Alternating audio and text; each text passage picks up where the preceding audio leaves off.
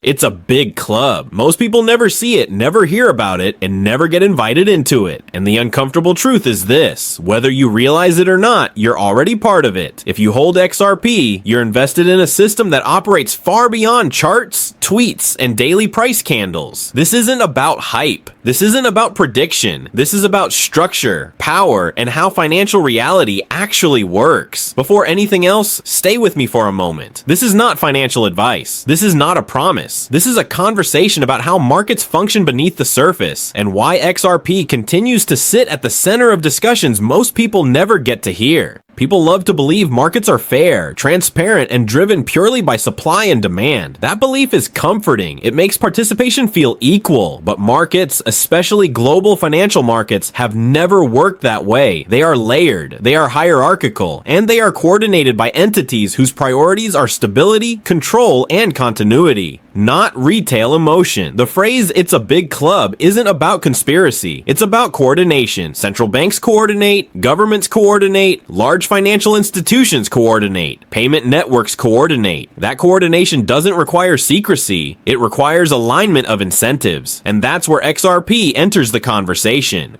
XRP was never designed to be a rebel asset. It wasn't built to overthrow governments or replace currencies overnight. It was designed to fit into an existing system that already moves trillions of dollars every single day. A system that desperately needs speed, efficiency, and reliability. Most people look at XRP and only see price. The people who matter look at XRP and see infrastructure. Price is the loudest signal, but it's the least informative one. When you hear people talk about a set price for XRP, it triggers immediate skepticism, and it should. No asset has a guaranteed price. Markets don't work that way, but here's where nuance matters. There is a massive difference between a guaranteed price and a functional valuation range required for utility at scale. Global liquidity doesn't run on hope. It runs on math. If XRP is used as a bridge asset for large-scale value transfer, it cannot operate efficiently at arbitrary prices. Too low and it lacks capacity. Too volatile and it lacks reliability. Too unpredictable and institutions won't touch it. This isn't opinion, it's operational reality. Think about how highways are built. Engineers don't guess how many cars might show up one day. They design based on projected volume, load limits, and long-term usage. Financial rails work the same way. You don't deploy infrastructure without knowing its capacity. That's why the idea of XRP being part of a larger financial club matters. It's not about favoritism, it's about necessity. Retail investors are conditioned to believe they move markets. In truth, they provide liquidity and volatility. The real decisions happen at a different level, on a different timeline.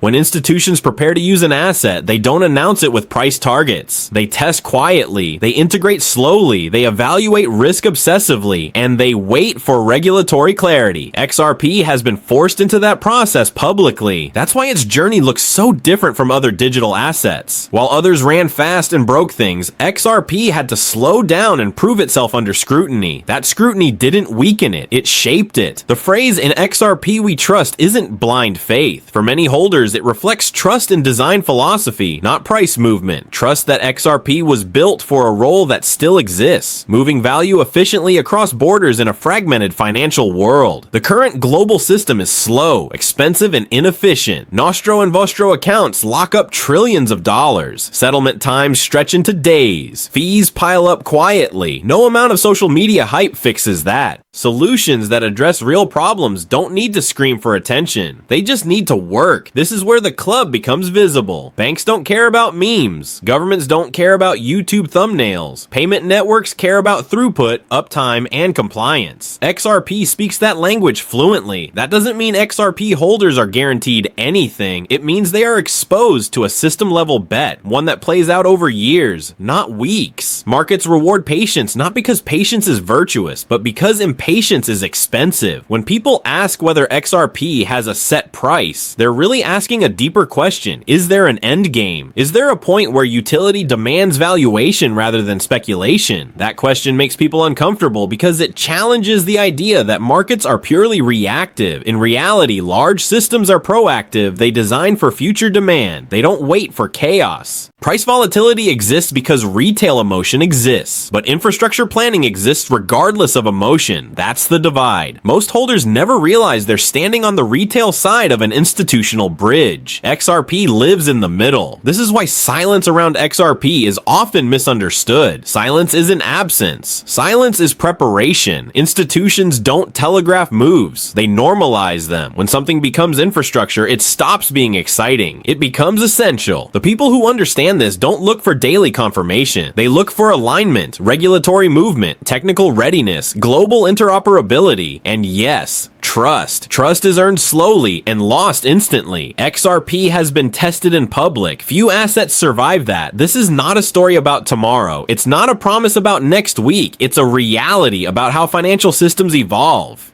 If you're still listening, that already puts you ahead of most participants who quit when excitement fades. And before we go further in this series, take a second to like the video if you value calm, structured thinking over noise.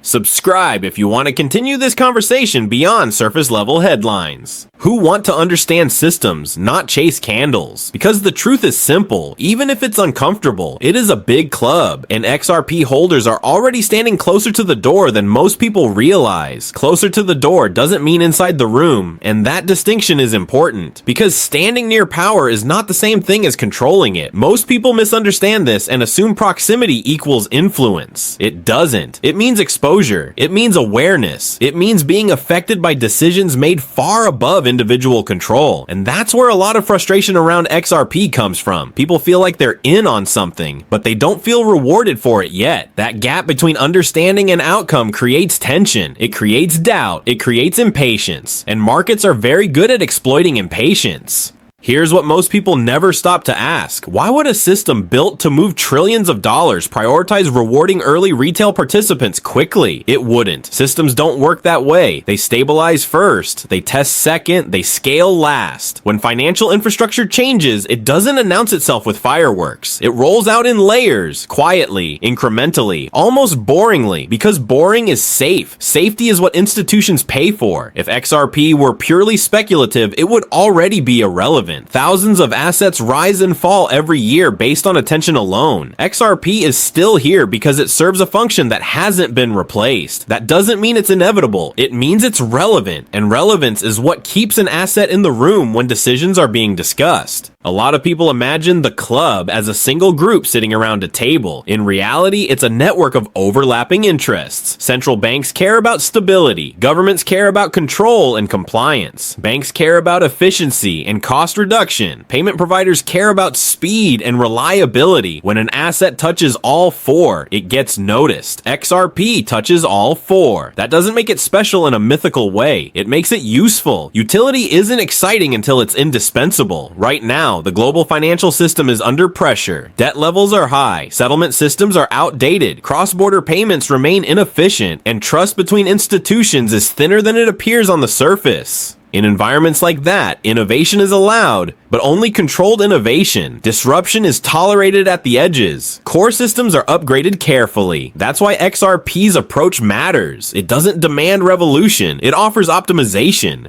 Optimization is politically acceptable. This is where the idea of a set price keeps coming back, because people sense that something structural exists even if they can't define it. They feel that utility requires valuation, not randomness. They're not wrong to feel that. They're wrong when they assume it means certainty. There is no magic number written on a whiteboard somewhere. There is, however, a reality that large-scale liquidity demands certain conditions.